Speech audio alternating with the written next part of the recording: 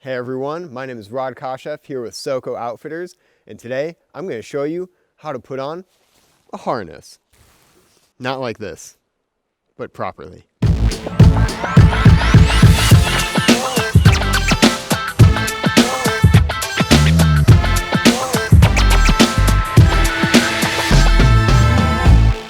Right here we have the waist belt.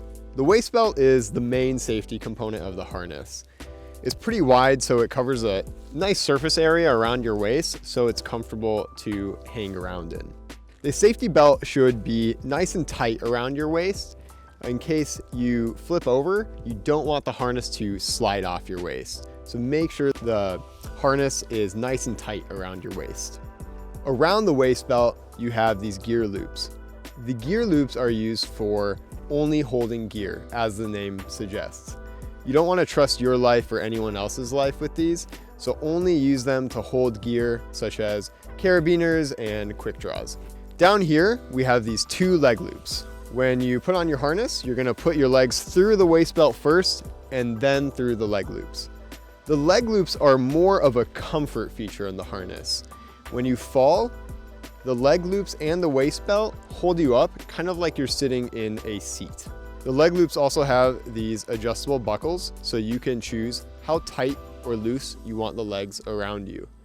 I like to have them a little bit looser, so that way I can move my legs around more freely. From there, we have the belay loop and the two tie-in points. The belay loop is used for belaying, and the tie-in points you use to tie in your knot as the climber. In general, pieces of metal, like carabiners, go through the belay loop. And tie-in points, nylon, like rope and slings, will go through. Once you know the harness is oriented correctly, you can begin putting it on. Take one of your legs and put it through the waist belt and then through the correct leg loop. Do the same thing with the other leg.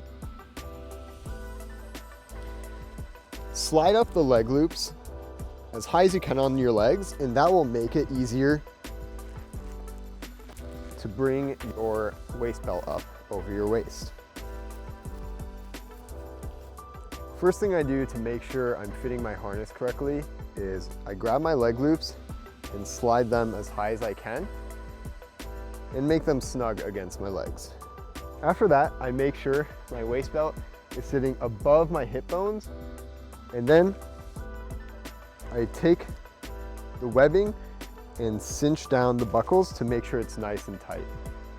You know when it's tight and on safely because when you pull down on the gear loops, it doesn't slip over your hip bones. This is an automatic double backing buckle. It has two pieces of metal that clamp down on the webbing to keep it in place. Some harnesses have manual double backing buckles.